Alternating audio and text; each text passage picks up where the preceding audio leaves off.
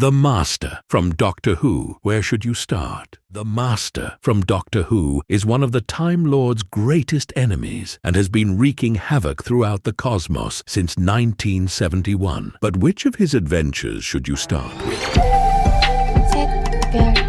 First is Utopia.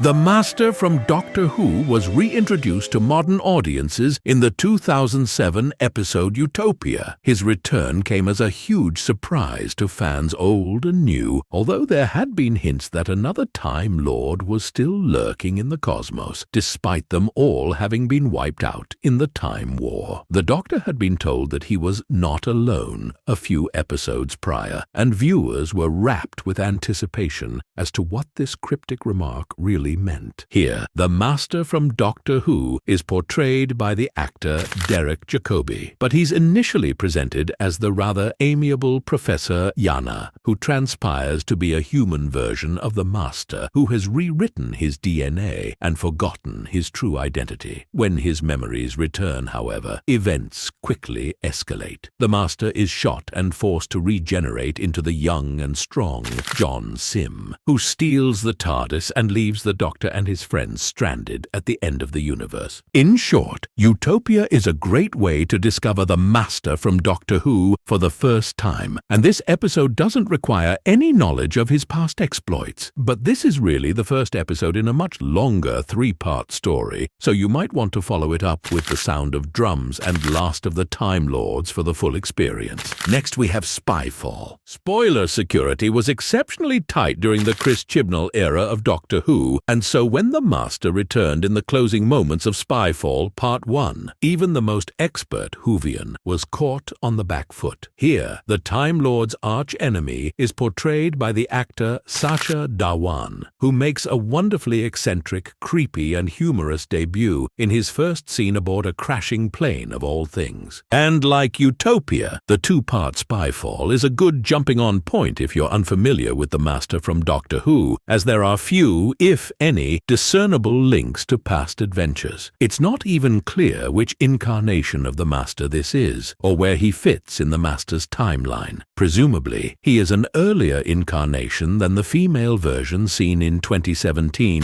The Doctor Falls, some 3 years prior, as the Master seemingly met his final end in that story, but we may never know. And technically, Sacha Dhawan is still the Master, as he was never definitively killed off, and was last seen in Jodie Whittaker's final episode in 2022. Russell T. Davies hinted at the character's return in 2023, The Giggle. So it's possible that we will see him again at some point.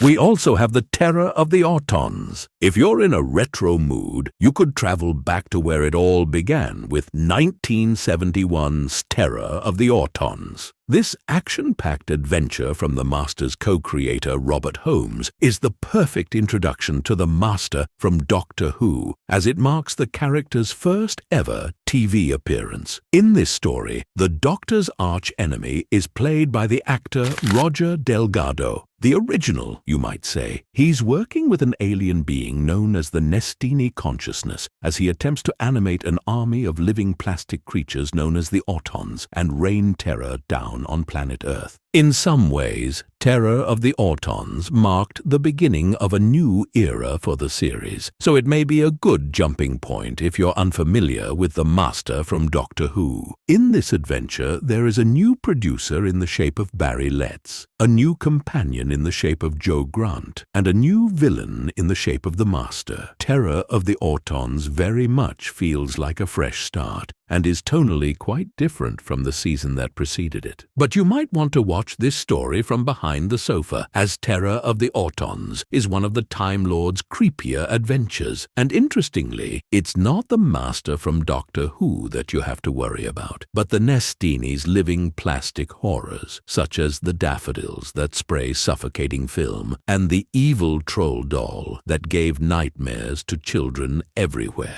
Lastly, we have Survival. If you're not in the mood for introductions and simply want to see the Master from Doctor Who Who at his villainous best, then you might want to give Survival a go. Interestingly, this turned out to be the very last Doctor Who story of the classic era, and it's a good one. The Master is trapped on the planet of the Cheetah people, and its power is slowly turning him into a yellow-eyed, feline hunter with fangs. It might sound weird, but it's gripping stuff. Of course, it's not long before the Doctor and his old enemy lock horns, and whilst their final confrontation starts off quite tamely on a driveway in suburban London, the pair quickly end up fighting for their lives on the disintegrating Cheetah planet, surrounded by a circle of fire and plumes of billowing smoke. The outcome of this battle is ambiguous, however, and like many of the stories which feature the Master from Doctor Who, the character's fate is left for the viewer to decide. And in Survival's case, it would be a full 7 years before the Master would next be seen on our screens in 1996 TV movie.